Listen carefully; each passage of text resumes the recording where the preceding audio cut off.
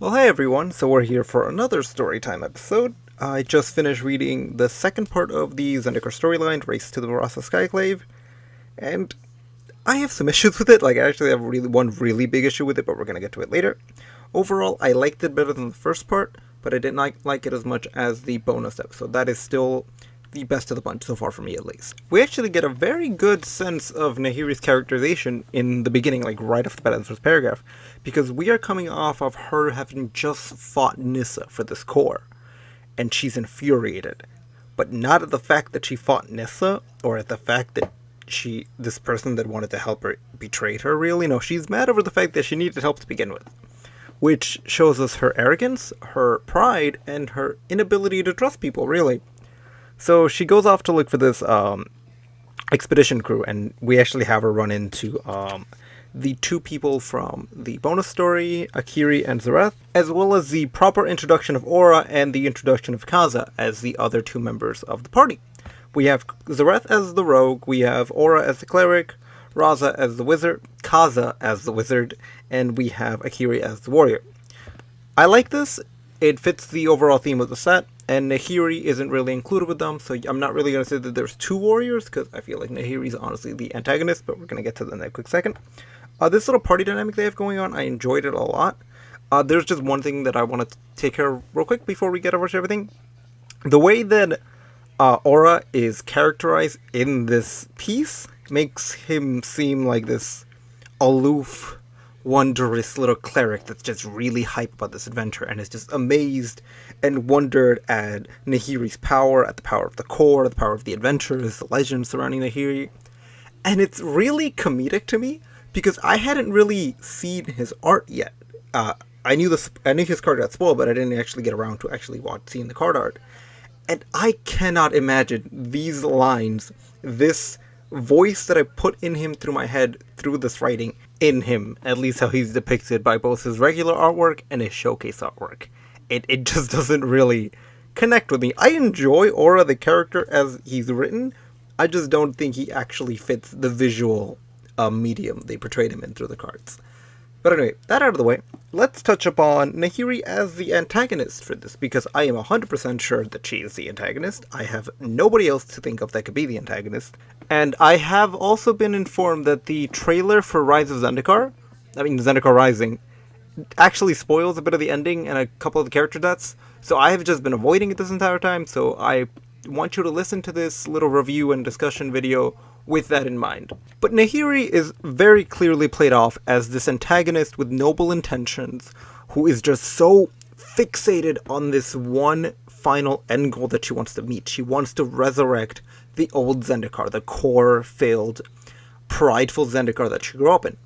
And no matter the cost, she does not care what she actually has to do to save Zendikar. A lot of this is manifestations of her guilt over her inability to save Zendikar, and her inability to do anything about the Eldrazi once they actually just destroy the plane, or her inability to just protect them in general. And she is taking all this and channeling into this pure, unrelenting force to go and save Zendikar no matter the cost. And this is actually a really interesting villain take. She's not evil, at least I don't think she is. She's a gigantic asshole, and I don't like her at all. I still don't like her as a character. I read through some of your comments, and I was informed by some of my friends that she's kind of always been this way. And was she ever liked by anybody? Is she anybody's favorite character? Because I don't see it. I honestly don't see it. Aura, though, love him so much. But coming on to this, we are met with I don't want to call it a battle, but more of an action scene, but it's not really an action scene. And it's her struggle with Zareth and his inability to trust her. Zareth is obviously the rogue, and I actually like the little tongue-in-cheek way of presenting him as the rogue, as they're all just sitting around this table talking and kind of negotiating with Nahiri, and Zareth is just brooding over there in the corner. He's just brooding, cross-armed. And if any of you have played Dungeons & Dragons, that's the stereotypical edgy rogue that just doesn't want to get involved. But anyway, this leads into just him not trusting Nahiri and not trusting this core and not trusting the power that they're going to go get. He brings this up to Ksenia after the fact, in a perspective that we haven't really seen yet. Nissa doesn't really want to resurrect the old Zendikar because she believes this new Zendikar, through the elementals, through the nature, it's evolved and it's moved, and that's the way it should be now. It's still beautiful. Zareth still continues his fear of death and his fear of losing the life that he has, sees a resurrection of the core as not the resurrection of the core, but also the destruction of his way of life. He doesn't want to lose the established institutions that he's a part of, and he believes that by bringing Zendikar to the old ways, or by activating whatever power Nahir is after, it's going to just destroy his life.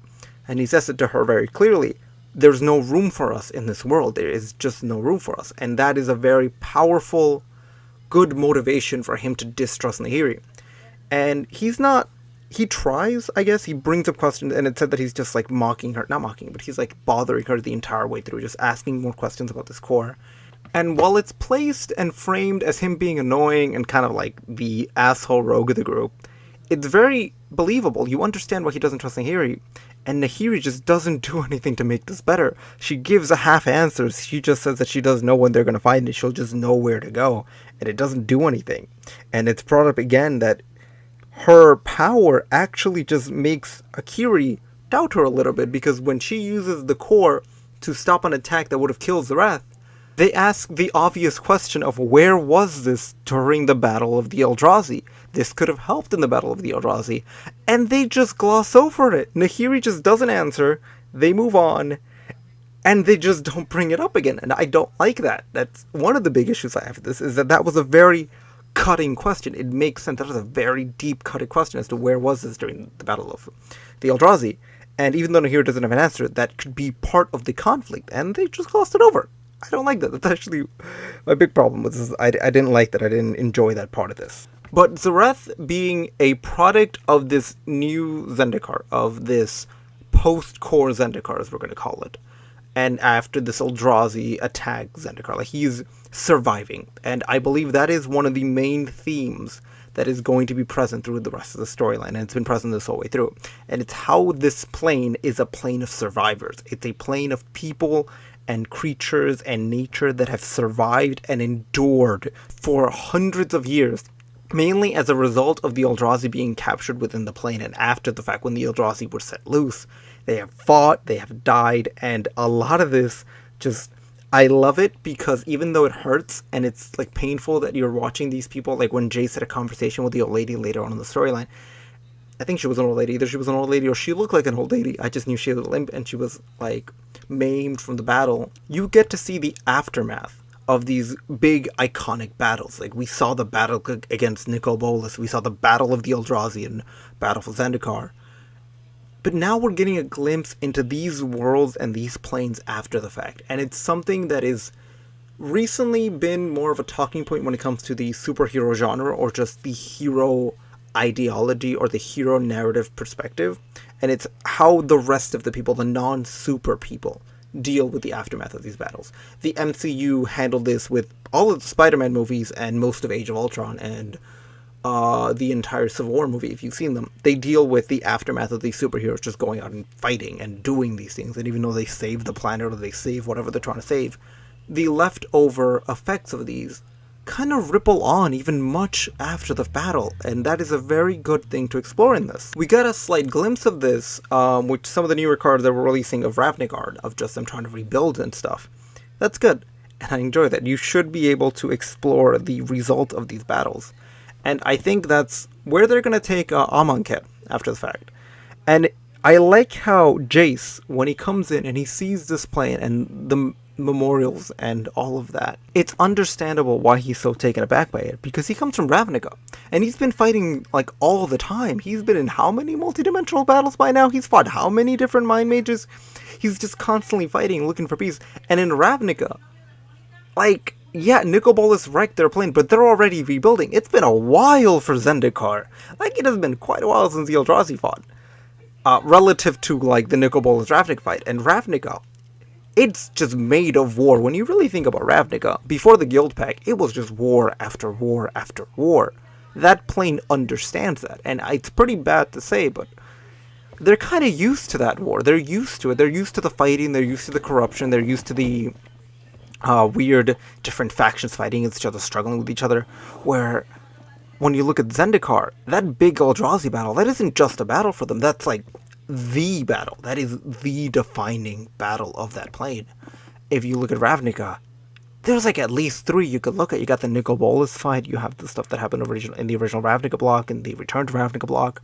They've had major battles, and every time we go back there, they're the same. They're the same as they were beforehand when you really think about it. With Zendikar, no, this plane is feeling the results of this battle, and we saw this in part 1, we saw this very deeply in part 2, well, part 1 of the side story, but at this point we just consider it part 2, because it follows, like, I'm pretty sure it happens before this. But that aftermath of these battles is something that I enjoy how it's exploring, and I think that is where we should keep going when it comes to storylines in the future. But a lot of the motivations, and actually, when I really think about it, all of the motivations in this entire story are fueled from that trauma. But moving on from there and just looping back into the characterization, this is where I had the biggest issue with this part. And it's the characterization of the side characters. Nahiri's character, she's the same. She's an asshole. She's, like, brick-headed. I don't like Nahiri, but she's at least consistent through this. Aura and Kaza are new characters, so it makes sense they're consistent. Their characterization just started. Jace, okay, good. He's learning. He's trying to better himself. He's trying to take a hold of the situations, and I like the fact he actually remembered Vraska and remembered his time in Ixalan. I like that the writers didn't forget his time in Ixalan. Like, Jace stuck in this jungle world, of course, he's already done this. He remembers how he got through Ixalan, with Vraska's help, but he, as he said, he built calluses. He knows what he's doing now. He's a little more in tune with surviving in a jungle. But what I really don't like is the way that Zareth and Akiri were characterized in this. Individually and specifically in their romance, because they're romantic with each other, and that's confusing. Like, there are specific lines that I want to read right now that just stuck out to me really badly. So when they introduced the card game, it goes, Akiri relinquished her seat to Zareth, but put a hand on his shoulder as she stood behind him. He grinned up at her with affection, placing his hand on top of hers. After the fact, she says, she did win, Akiri said, though the word fair can never be applied when playing with you. She wrapped an arm around his shoulders. To Nahiri, she said, when do we head out? And okay, you can make the argument that these two are just really affectionate friends, or it's very shaky, but then it goes on to say, that's not an answer, grumbled Zareth, but quietly so only Akiri could hear. I don't trust her. He reached out for Akiri's hand and intertwined his fingers in hers. Akiri sighed. She could see the tension in his posture, feel the worry rolling off him. Correct me if I'm wrong, but they seem like they're a couple, or they seem romantic, and there's nothing wrong with that. It makes sense that people in an Avenger party, there'll be like a couple in there. It makes sense. But I don't like the way this doesn't really fit into the way they were characterized in the side story. Their introductory chapters had them behave as friends. Unless I seriously misread that, there was basically no romantic tension between them during the entire side story, and that entire story was just the two of them. We had, 5,000 words of just Zareth and Akiri, and I even mentioned the fact they seemed like really good friends and appreciated the fact that they were just friends and not romantic with each other, because that's kind of different from what we usually get. And I don't mind if they want to portray them as a couple, because it makes sense, but it's just a weird disconnect to the way they're portrayed in the bonus chapter. Like, if you take an individual like myself, and I believe some of you, who will read the side story along with the main story, it leaves you confused, because you thought they were friends at first, but then somebody who just reads the main storyline is going to think they were a couple the whole time, because they're introduced being really touchy and affectionate and romantic. And that's a very big gripe I have with this, to be honest with you. And the characterization of Zareth, it makes sense here. He's supposed to be playing the token rogue character. He's supposed to be playing this shady, roguish thief. That's who he is. He's a thief, and that's been the same in both the side story and this story. But what I don't like is that when you see him in the side story, he's very upbeat, he's hyper, he's yelling as he's swinging across the red road, he's screaming on every lunge, he's shouting, he's very aloof, very steadfast, very sarcastic, very witty, very charming in the side story, he's joking around with Akiri all the time, and in this one, he's introduced as the brooding guy in the corner. Yes, the token rogue of the party, and you could play that off as a joke, but this doesn't stop. You can blame it on him being angry at Nahiri over this and very distrustful, but it's just his entire personality just shifts. And it's confusing. I don't like it. I think there had to have been some miscommunication if there is a central team guiding these, or if the central team guiding these authors just didn't consider the relationship of Akiri and Zareth, so they didn't really point out specifics as to how close they were in reality. But that is honestly my biggest gripe with this entire chapter. It's the way that Zareth is characterized entirely, and the way his relationship, or lack of relationship, is characterized with Akiri. Akiri, on the other hand, she's fine. She behaves much of the same way. It's revealed that while she isn't that much of a believer, she does pray to a god, and it's not even the first time she does so. She mentions how she does it every now and then when she says that she doesn't want to bother the gods that often. That's fine. I get that. It's totally cool. I understand, and it fits with the character. She's very hopeful. She likes to believe in things. She's a very big believer. But Zareth, it left a very confused taste in my mouth. But now, let's get to where this is going to go from here, and where I think this is going to go from here. And specifically, from this paragraph that really threw me off, and I think it threw everybody that read this off. It wasn't much of a prayer, but she didn't like to bother the gods. Akiri slung her lines over her shoulder and began to climb. From the corner of her eye, she saw something move. She tensed, turned and spotted a dark spot swelling under one of the nearby trees, right where Nahiri had used the key. It looked like a tentacle of black sand.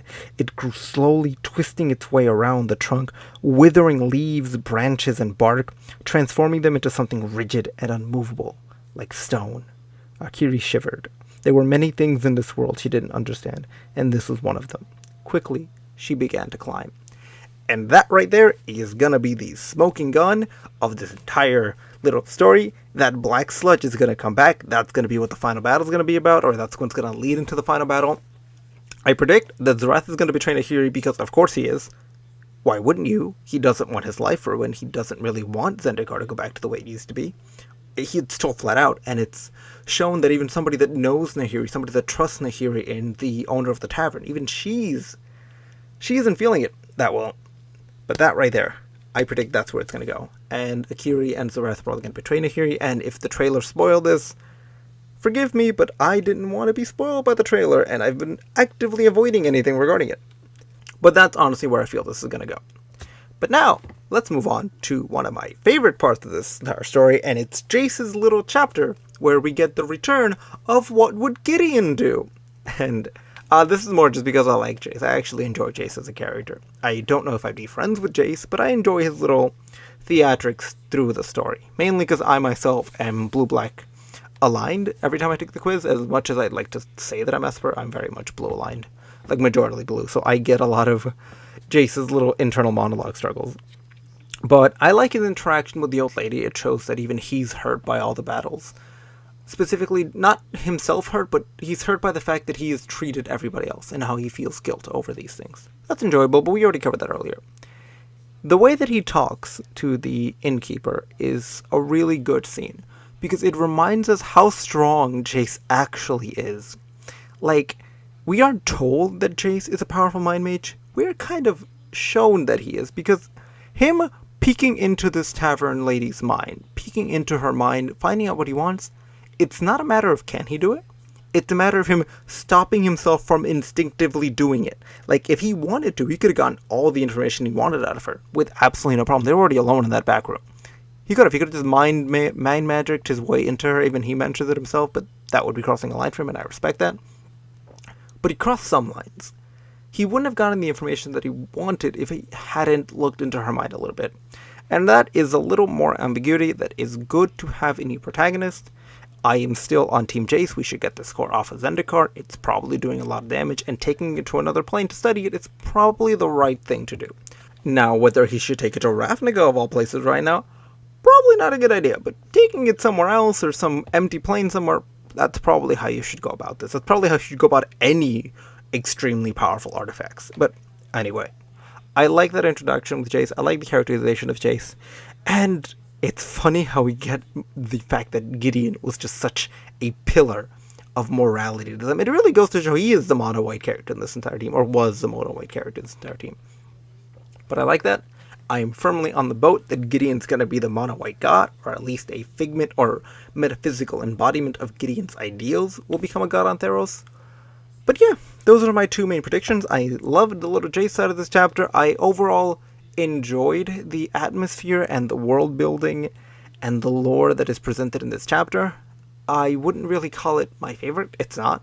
I like it more than the first one simply because it had more substance and it had more things happening and more emotions happening, and it wasn't just Nissa being really emo and Nahiri being Nahiri.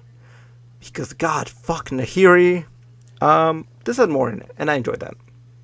But it was just the characterization of Zareth and Akiri's relationship that I didn't like. And I'm sorry if I went off on that for a third of this whole video, but I really didn't like it. Anyway, give me your thoughts. Do you like them being a couple, or do you not care that they're inconsistently characterized? Let me know. Let me know your predictions, your thoughts on this, and if you've been enjoying my little lore videos, subscribe. I'm hoping to keep these going for every single story release. I'm reading them after work and then just doing the videos at night before, and I'm probably going to upload this tomorrow morning, so you'll see this then.